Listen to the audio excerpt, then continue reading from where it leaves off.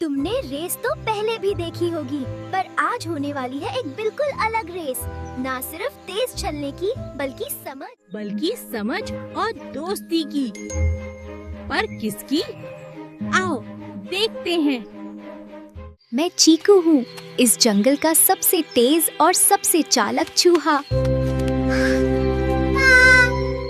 उसी जंगल में एक बड़ा और ताकतवर हाथी भी रहता था, जिसका नाम गज्जू था।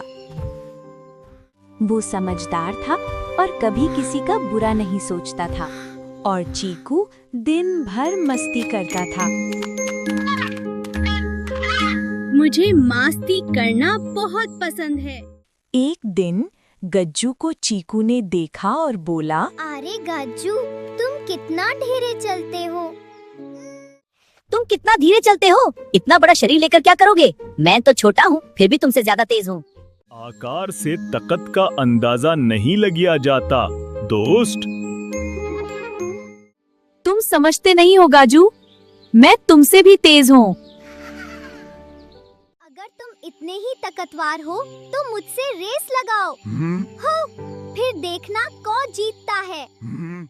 गज्जू ने सोचा कि अगर वो मान जाए तो चीकू का दिल नहीं टूटेगा, इसलिए वो रेस के लिए तैयार हो गया। लगता है आज कुछ मजेदार होने वाला है। देखते हैं रेस कौन जीतता है।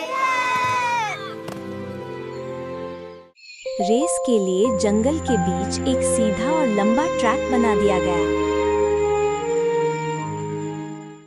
मैं बिल्कुल तैयार हूँ। अब देखो कौन जीतता है। और फिर रेस शुरू करने का सिग्नल दे दिया गया। सिग्नल मिलते ही चीकू तेज दौड़ पड़ा, जबकि गज्जू अपनी धीमी चाल से आगे बढ़ता रहा। मैं सबसे तेज हूँ। गज्जू अभी तक पीछे ही है। ये रेस तो मैं ही जीतने वाला हूँ। बस थोड़ा सा आगे और फिर जीत मेरी है। घमंड में चीकू ये भूल गया कि जंगल के रास्ते हमेशा सीधे नहीं होते। अरे बचाओ, गति क्या? मैं खुद बाहर निकल जाऊंगा। मुझे किसी की मदद नहीं चाहिए। चीकू के बार-बार कोशिश करने पर भी वो बाहर नहीं आ पाया। कोई है क्या? मेरी मदद करो प्लीज। मदद की आवाज सुनकर गज्जू हैरान हो गया। ये कौन बुला रहा है? क्या हुआ है? अरे चीकू, ये कैसे गिर गए? तुमने गड्ढा नहीं देखा था? डरो मत चीकू, मेरी सूंड पकड़ लो और बाहर आ जाओ। मैंने पकड़ लिया गाजू। थैंक यू, मुझे बचा लिया।